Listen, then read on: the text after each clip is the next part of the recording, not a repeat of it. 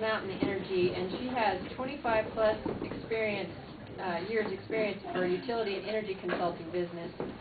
She provides estimating and project management, contracting, incentive paperwork, and grant writing to assist consumer projects. Susan is pretty much our grant expert in the Valley, so if you want to know about USDA grants and other grants, Susan is the lady. And I also want to point out that Frank from CD Electric back here with one of his panels, and him and his crew, they're going to answer questions too. And this is the type of panel that you're installing now, Susan, is that correct? Well, no, but they're also carrying the solar rules that we are installing currently. So, real life example back here. Distributing. Hello, I'm Susan Holland. You guys are getting me excited again. I'm not cared anymore. So we have struggled a bit here in the Yampa Valley, but maybe we're going to get rolling as much as the rest of the state and the rest of the country and the rest of the world is my hope before I get really, really old. So I'm thrilled to see, I feel like our little energy efficiency solar community is here tonight, and it's really great to see a bunch of old friends and people that have been working hard at this for 15 years or more.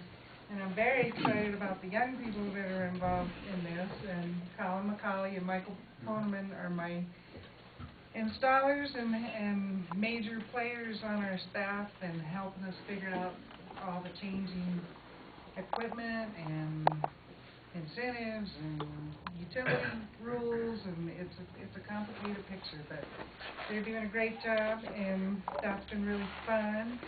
And I'm thrilled to see some of our customers. So how about you guys stand up? I want to recognize some of our customers that we're really proud of. We're going to visit with them after the discussion too. And then Tim Winters in the back. And I must say he's probably the pioneer in our valley and believed in what I was trying to tell him made sense 12 years ago when we first did the Justice Center and got a really good contract and a deal from Excel. Tim's been amazing with the county commissioners and just helping us try to push things to the next level and get people believing in that this does make sense, and we will figure out a way to pay for it, and things are going to move forward. So, and then who else is here? I feel like there's a bunch of important folks there, and then our veterinary folks are our newest client. But I've worked for Emerald Mountain Energy 6 or 7 years ago, and we had some fun on rips. And then he went on to brew biodiesel for my Beetle and his big Duramax truck. And then from his, we thought we'd get off the petro grid too. And then from that, he decided he'd like to brew beer. And I'm so proud of him for getting this building built, and he and Mark are doing an amazing job with our first microbrew, and now we'll have our first solar power brew. So that's exciting. And what? Where's my cup? It's in my bag in the back. I don't have to deal with that much lunch because it's mostly pictures, because I mostly just want to show you the commercial systems that we have in town and how we got there. And Moots was one of our first commercial businesses. We did some with the county first, and then the city did the community center and the botanic gardens and the library. So we had a few that were supported by the Department of Labor Affairs, DOLA, a state organization that helped community buildings. So we got some really good grants for those projects. And but that's kind of been the name of the game. Is you have to be eligible for the 30% tax credit. I have been successful with the Ampatica and a couple nonprofits where we get a vision going of what they'd like to do and how much that's going to cost, and then we put it out to their private funders of how to close that gap without the tax credit because they don't pay tax, and same with schools and churches. And so if you have a project like that, I'll help you with the vision, and then we'll help you fundraise to get that gap closed. and move forward.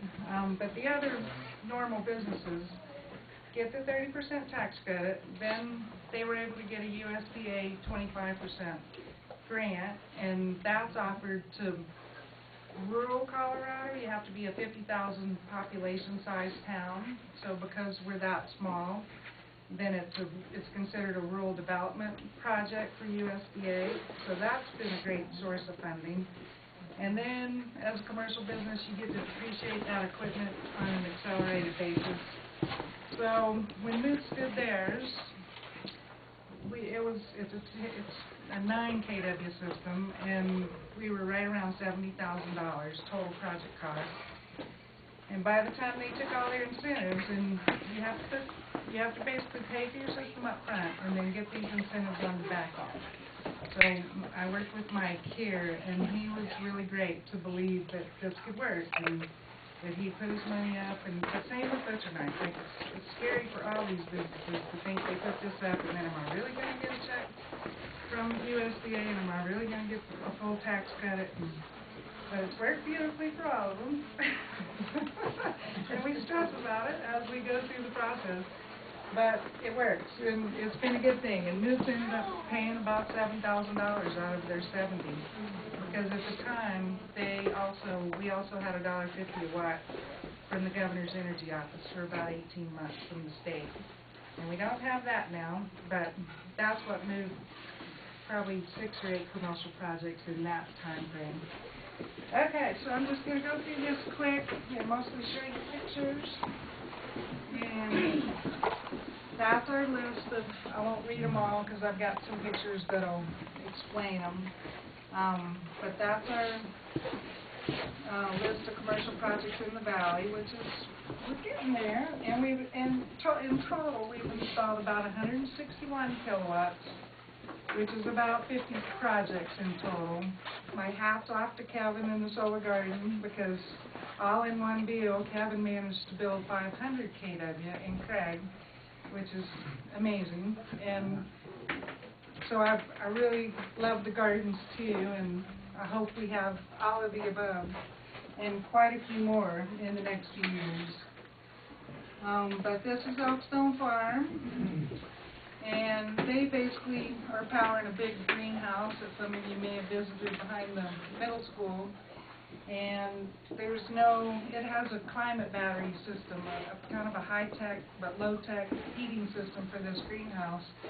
And there's no gas in that greenhouse. There's one little electric heater when it goes to 40 below. But it's very impressive, and the rest of it is in 3, it's kind of hard to see, my picture's not great, but it's 3 arrays on the ground, which is a good example that you can see right from the middle school.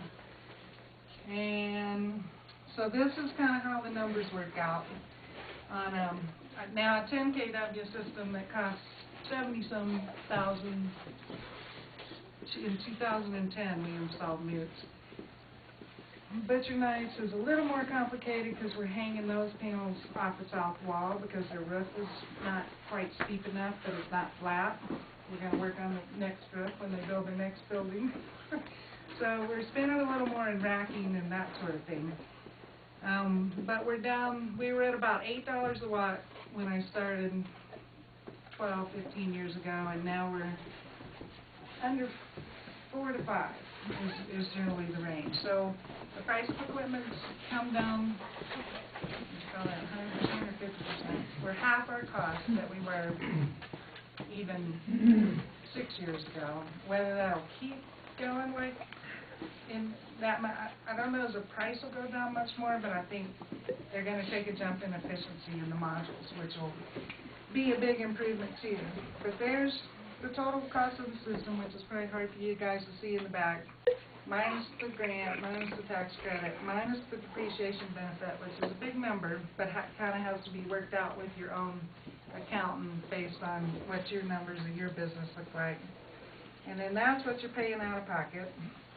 And then this is, so then we have a PV watts calculator that the National Renewable Lab does, and that is very accurate on estimating what a 10 kW or any size system will do in our particular area, because it takes weather data and altitude information and all that goes into the model.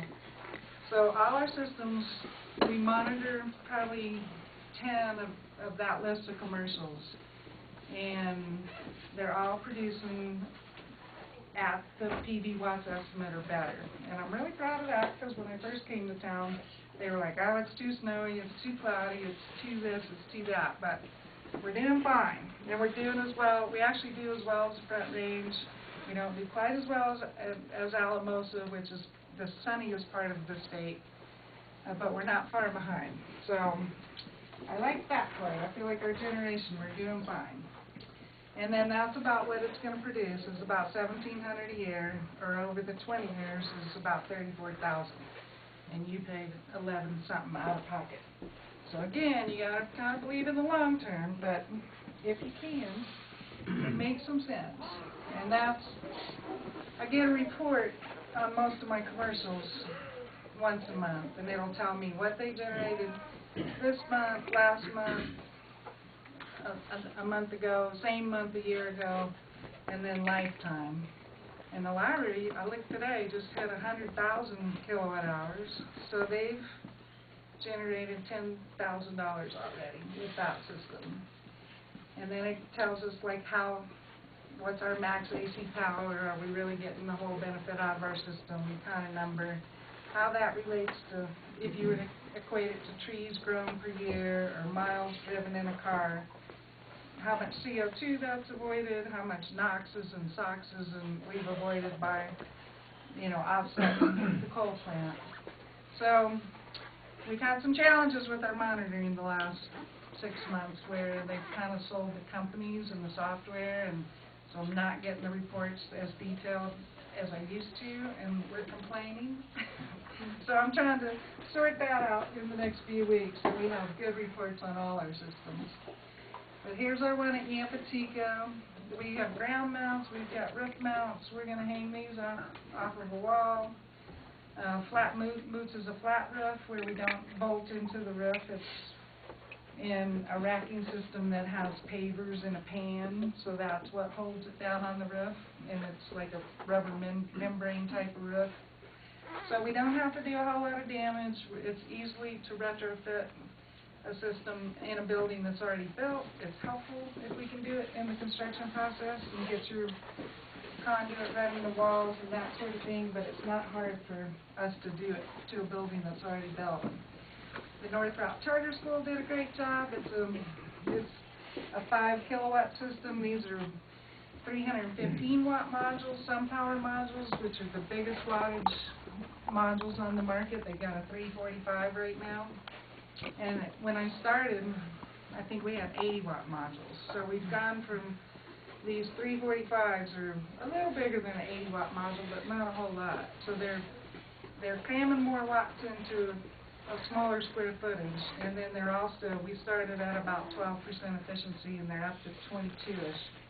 And I'm reading in the lab they're hitting 40-ish. And if they're really going to hit 40, and that's going to be commercially produced soon, then that will drop our costs in half. So I'm excited about that. But the North Route School is a really great example. It's a LEED certified building. They did a great job up there. So I'm really proud of how that looks, and it's kind of set up as an awning for those upper windows. Here's Moots and how theirs sits up on top of this building. That's the library. Tim Winter was really a visionary, and he had them build the Justice Center and helped with the library, where they made us some steel upstruts when they built buildings. So we had sort of a substructure rack to attach to. So that made it a whole lot easier too.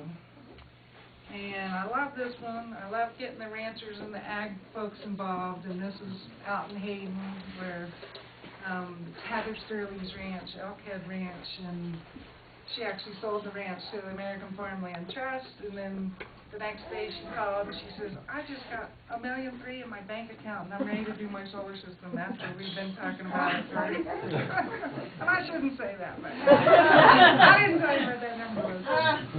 But her main thing was, I land trusted my ranch, and I want my grandchildren to be able to be here and operate the ranch and have to contain utility costs, and so she's really proud of that, and I am too. And these are just the good reasons to invest, which you stabilize your costs, like Matt was saying, over the 25 years. Once you've made your investment, it doesn't matter where the costs go for the utility. I'm not going to predict anymore that they're going to go up, because it was 7 cents when I started working for my first utility in 1977. But I do think it's going to go up. But if you invest in even a little bit with the garden mill, that's kind of your boat to get in the game. You believe in the technology. You want to see it keep moving forward, because without people getting in the game now, that's what drives the investors. That's what drives the companies to keep moving forward and the manufacturing to get where it's gotten today. So that's just going to allow them to attract more capital and lower manufacturing costs.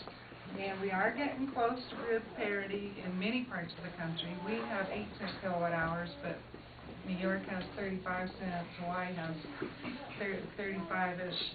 Some states are way up there already. So they're installing as fast as they can, because it's become cheaper than what the utility can do. But mostly, my goal is to believe that before I die, we will be not burning fossil fuels, and we will power the world with clean technology, and it'll be a benefit to everyone.